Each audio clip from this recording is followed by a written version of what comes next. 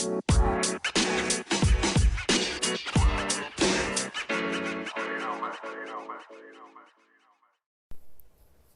guys, welcome back to the pod. I'm debating if I'm gonna continue doing the daily update episodes. I might do like a quick check-in about it just because it does help me to kind of focus on what I'm actually talking about and not getting into those all the daily details of what's been going on in my mind and schedule the day before or the day of or whatever. Like I might focus on highlights a little bit. I don't know. It's kind of hard for me to like not ramble though, so I don't know. I'm debating if I'm gonna stop doing that, but on some of the pods, on occasion, I do read a book reading like like over a 30-day period of time reading a book, just either by chapter if it's 30, like a 30-day kind of chapter book, or like just dividing it into 30 pages. So inspired by Jamie Messina, you know, she's an LGBT content creator, a type of a coach who does like mindset coaching and things like that. I really like her content. She really provides a lot of value, and I initially read her book. Hers was the first one. Now, I'm not going to read word for word any of these books. Sometimes I'll take like a sentence that kind of like pops out to me, and then otherwise, I tend to just talk about, just the general portion that I read. And so I'm going to be going through this book, The Four Agreements. It's a popular one. It got really popular. It's by Don Miguel Ruiz. It says, A Practical Guide to Personal Freedom, a Toltec Wisdom Book. And over 30 days, I've divided it into about 4.3 or 4.5 or so pages of reading. It's 130 pages, and the version of the book I have 130 pages, not counting like the introductory and the end part that says like prayers and stuff like that. If you just count the actual main content pages, this first chapter is called chapter 1, Domestication and the Dream of the Planet. So it's going to take a couple days to read through this section, but I kind of wanted something to delve into that's not just like me in my own head. So I'm going to talk about my understanding of things. Now, my reading comprehension isn't always great, and at the moment I'm reading this on a Saturday afternoon, but usually it would probably be first thing in the morning. When I usually record pods, usually I do it early in the morning, so it would likely be earlier in the morning when I'm tired and groggy, and drinking some coffee or some kind of morning drink to kind of get my energy and focus and kind of like mindset going for the day and kind of like intentions set for the day and stuff. Usually if I don't get to something that I'm trying to read, consistently, if I don't get to it in the morning, I'm not going to get to it. And usually why I like breaking down books into 30 days is because, like, even though it's not written that way, this book isn't written that way. It's not like broken up into like 30 segments or anything. But, reading like 4.5 or so pages a day isn't that bad. I had another book where it was like 2 or 3 pages, a day. Another book where that was the same, about 2 pages, 3 pages a day. That kind of reading is not hard to do. It's kind of easy to kind of just jump in and do it. So if we look at this chapter, this beginning of this chapter, kind of the main points that it seems like they're trying to make is about dream states, that the brain doesn't do anything other than dreaming. So when you're awake, you're dreaming. When you're asleep, you're dreaming. And then, there's not only the individual person dreaming, but all humans dreaming to create this overall larger dream that's like what we refer to kind of as society. And within society, there are, I guess, a couple types of dream states. There's what do they call it? There's the outside dream and the inside dream. So the outside dream has to do with like the rules that society kind of places out there, and included in those rules are the people who teach you those rules. So it's basically nurture, right? Nurture environment. That is the outside dream. And then it goes into this concept about attention, that attention is something that we learn about, where to place our perception. So when you think about perception, what perception is, like when I was in school, I studied, you know, like cognitive science, psychology. A lot of it looks at sensation and perception.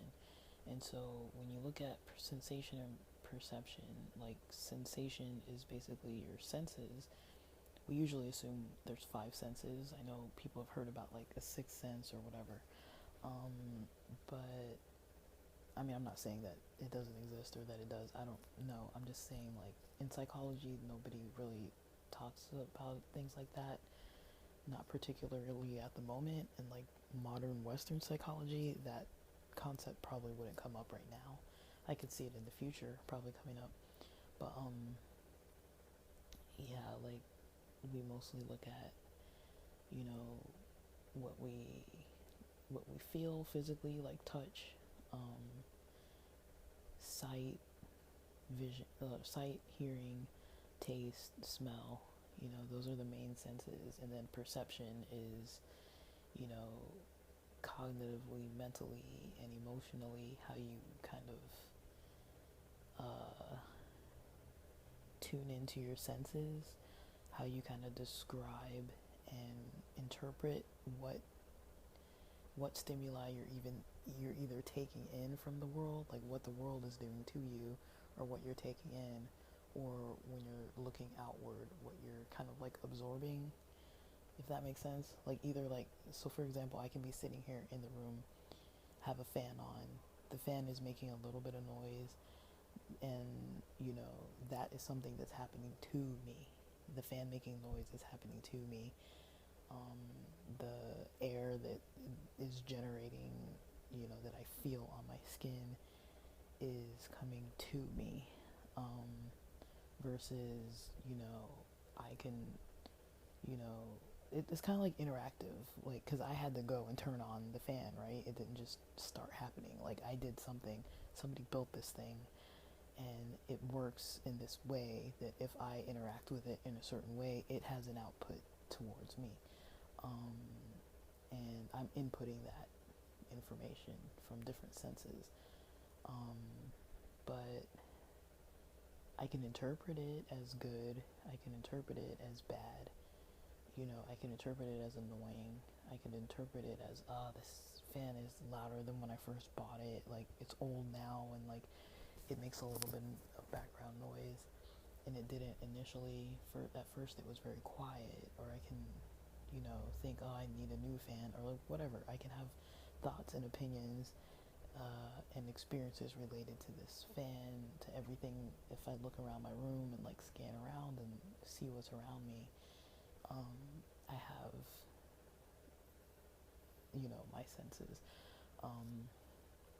But the way I perceive something isn't always going to be the same every day. Probably I can change that, and a lot of what perception is, when it comes to attention, you're shifting your perception of something based on a lot of things. Like for me, I'm a pretty sensitive person, so it tends to be based on how I'm actually feeling. Like if I'm feeling physically not like not good, like if I feel tension or like physical tension or like you know um, some kind of emotional distress or just like tired or hungry or thirsty or like my heart rate's been up for a while or I'm like scatterbrained and have a whole lot on my mind, a lot of the things I'm gonna perceive, my perception of a lot of things that I'm sensing in my environment, my perception is gonna be more negative. It's gonna be like, I don't really like this. That fan's annoying. That, just the fact that I live where there's traffic, that's annoying, like, one of my curtains not being perfect, that's annoying. Like, sitting here in my back having some tension with a pillow, it's annoying, hearing in the background somebody's watching TV in another room, that's annoying, like, it could be like that versus, like, if I'm feeling fine, physically, emotionally well rested, have all my basics in place and stuff, and then usually that kind of stuff isn't gonna bother me. Like, I'm not gonna have a negative perception of it, a negative interpretation of it. I might not even notice it at all. It might not. I might not have such a high sensitivity towards it in a negative way. I might have a high sensitivity towards something, but in a positive way. Like, oh, like, I like to feel the air of this fan. Like, it's nice. Like, I kind of like the ambient noise of the traffic outside. Like, I kind of like hearing, there's somebody in the house and you can kind of hear they're watching TV and walking from one room to another or talking on the phone in the other room. Versus, that could really be annoying, or it could really, be, something neutral or pleasant. Now, they didn't say all that. That's kind of my take on it. That's kind of what comes to my mind because of coming from a background in psychology and more on the research side of things, not so much on the clinical side, but that's kind of more like of a research thinking type of theoretical kind of mix of like, thinking of more like kind of along the spiritual end of a person's well-being, and then just kind of what's happening, the science, the waves in the air, everything is pretty much waves, everything you see visually is because of wavelengths, everything you hear is because of waves, everything you feel physically, touch has to do with waves. It's all waves, energy. That's all of what our sensations are. It's all waves, and then we interpret those waves. So the way you interpret them can change based on how you're doing, how you're feeling, what you've got going on for yourself at any point in time. And you can have days where you're so checked out from all of it, where you're like checked out from being able to connect with it, or like weeks where you're like, wow, I didn't notice why I had this tension in the back of my neck or whatever, or like there's just stuff that goes like when we get really, really busy, usually that's what happens. You get super busy and it can be very, very hard to feel good, or to go from feeling like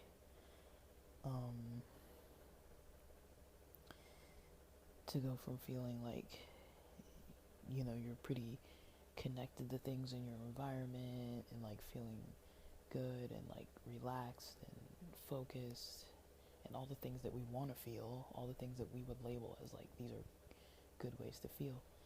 Like sometimes we can be so busy and disconnected from it, but maybe not unhappy, still like okay with it, just busy and like not in touch or in tune with it. And then other times we can be just like either not busy and overwhelmed or busy and overwhelmed, or somewhere in between. So,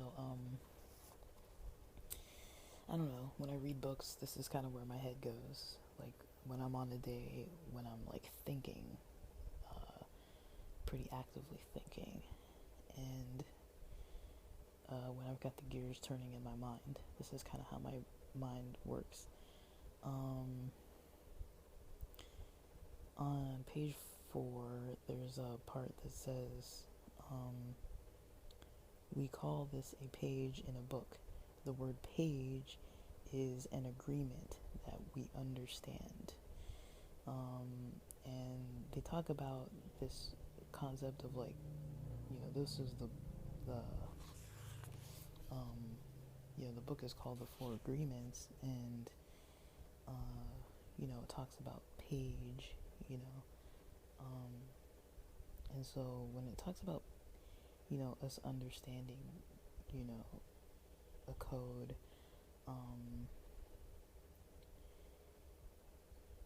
basically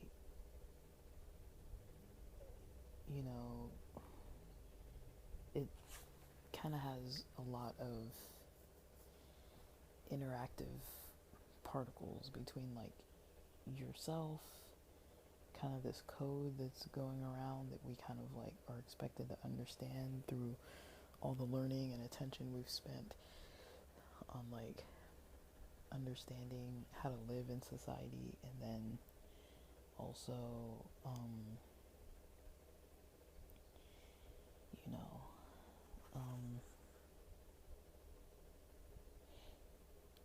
kind of like the choices we have around something diving deeper. Like they mentioned like what language you speak. It's like if you're reading this book and it's in English, technically you learned how to speak English, but that's not something that you necessarily chose to do. As far as religion, morals, values, a lot of that stuff you didn't really actively choose. You were just born into a place where you're kind of taught that, this is how to live, this is the way to live, and you just do it, So, yeah, when it comes to this book, I've had it for a while. I think I've read it, but I think I breezed through it. Like, you can read it real quick. It's 130 pages, but it's not a dense book as far as written content, but as far as, like, meaning to the content and, like, depth of the content, I think it's pretty deep and worth reading through a little more detail and thought. Now, I'm not sure if every day I'm going to be on point and thoughtful. I'm not sure if every day I'm going to be,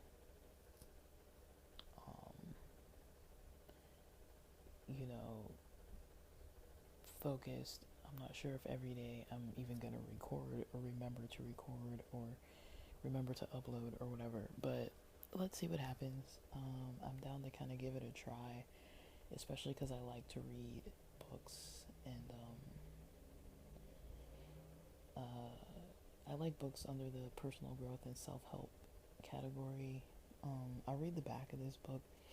So the back of the book says, over 7 years on the New York Times bestseller list. Let's see when this was copyrighted. Because I actually have a physical copy. This was copyrighted in 1997. Wow. I'm kind of surprised. I thought it would be like 2010 or something like that. Like, I've heard of it for a while, but I didn't know it was from the 90s. I'm pretty surprised. Like, I know it's probably, I haven't read the very intro part, but I do think it's kind of assuming that this book is deriving from a Toltec culture type of teaching. And so I'm interested to know about that too. But I just wanted to start. Sometimes I like to start reading the books and then go back into the history of it and see how that kind of colors things a little bit more. I didn't want to just like read that part and then be like, okay, so let me, have my mindset in that way. It's like I'd rather dive into something and, work through it with my own lens first, even though maybe it was written at another time for another purpose, for another people, from another culture, like, I don't want to discount that. Like, I don't want to have like a one-sided view completely, but I do value kind of what I think about things, and challenging them and giving myself space to grow and be wrong. I'm not always right. I know I'm not always right. There's no way I'm always right, because like, you guys see how I am a lot of days, out of the week and stuff. Like, there's no way that I'm always right, like, I can hardly figure it out. Sometimes I'm like, I don't even know what's going on. Like, what's going on with me? There's no way I know everything. Usually I'm moving so fast, or feel like I'm moving so fast, and not really like taking enough time to tune in. That's definitely something that's, a challenge to work on, but I'm trying. Okay, so on the back, it says, in the Four Agreements, Don Miguel Ruiz reveals the source of self-limiting beliefs that rob us of joy and create needless suffering. Based on ancient Toltec wisdom, the Four Agreements offer a powerful code of conduct that can rapidly transform our lives to a new experience of freedom, true happiness, and love. There's a quote. It says, this quote is by Deepak Chopra, the author of 7 Spiritual Laws of Success. The quote says, Don Miguel Ruiz's book is a roadmap to enlightenment and freedom. Enlightenment and freedom. Wayne Dyer, author of Real Magic, his quote says, an inspiring book with many great lessons.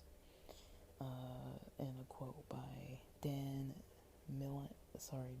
Millman, the author of Way of the Peaceful Warrior. His quote says, in the tradition of Castaneda, Ruiz distills essential Toltec wisdom, expressing with clarity and impeccability what it means for men and women to live as peaceful warriors in the modern world.